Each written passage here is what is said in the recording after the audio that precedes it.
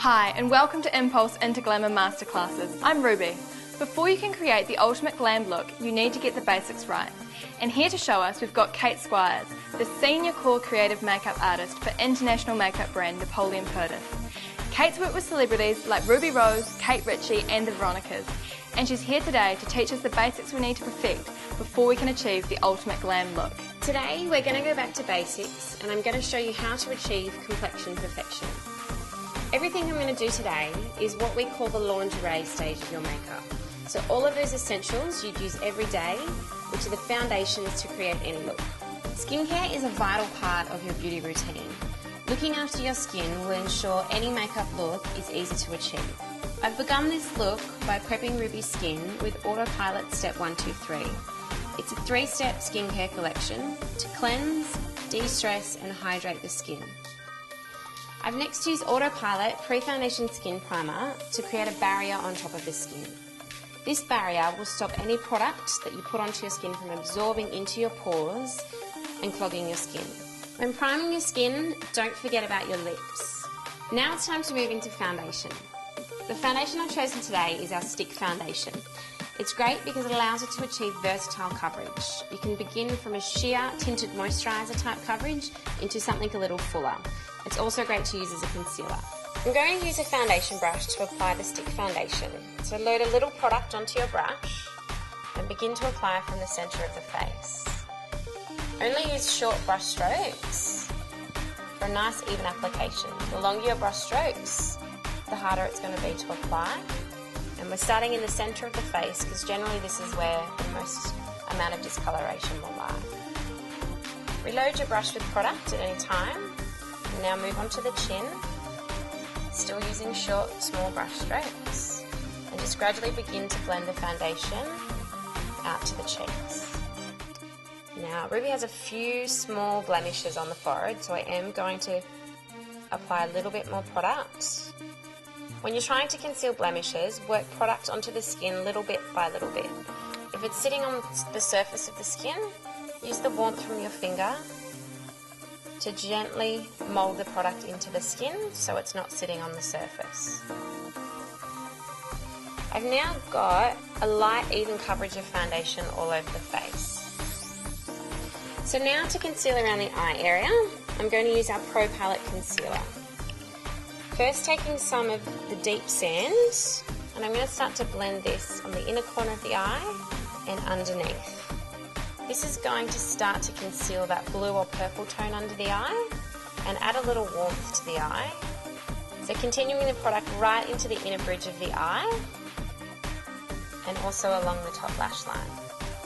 Work your product onto the skin little bit by little bit. If you need to add more coverage, simply add a little bit more product. I'm now going to move into the light amber tone from the wheel. Taking this all across the eye is going to be a great base for your eyeshadow and also conceal any discoloration. Because it's highlighting lightly, it's going to help to lift the eye area and open up the eye. I'm going to take a little bit of this colour as well under the eye to highlight. I'm going to pat a V under the eye from the inner corner to the outer corner. So then blending that in with my brush while the product absorbs into the skin. Now to get my fingertip and warm the product into the skin for a flawless finish.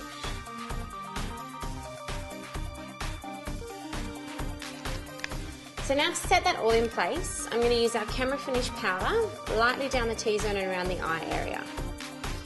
Load up your brush and press the powder into the skin. Try not to swipe your brush because you'll move any foundation or concealer under the powder. Now I briefly spoke about concealing the eye area being a good base for your eyeshadow. Just close your eyes for me, Ruby. Smooth out any concealer that may have fallen into your creases. Do the same underneath the eye, so just look up for me. Then lightly powder the area, just close for me, to complete your base. So now we're going to move on to your eyelashes. It's important to curl your lashes before applying mascara to help to open up the eyes. The best way to curl your lashes is at 3 intervals along the lashes. The first interval is right at the base or the root of the eyelash. So get the curler as close to the root of the lash as possible. Press and hold. If your hand gets a little bit shaky, release the curler and just keep pressing until you begin to notice a curl.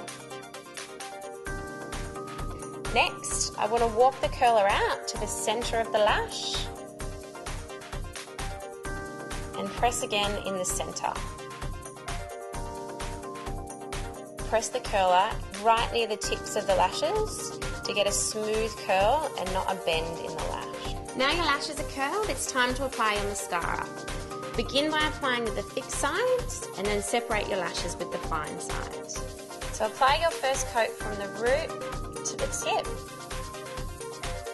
with the thicker comb, then come back and separate your lashes with the fine side. An important part in framing your face is your eyebrows. Try not to neglect them because they will make the overall finish of your look much more polished. I'm going to use one of our eyebrow pencils in blonde. It's a pencil that does have a brow comb on the end of it to make for easy application. First step is to take your little comb and brush through your brows so they're sitting perfectly in place. Next, taking your pencil and try to draw short little strokes as if you're actually drawing in small fine hairs. Fill in wherever you have any small gaps and try to define the arch of your brow a little more, which will help to lift your eye. Once you've defined your brow with your pencil, go back in with your comb and brush through your brows again. This will add even more effect to the definition that you've applied and make the pencil look like fine little hairs. So now we've got the essentials on, we need to add a little bit of colour to the face.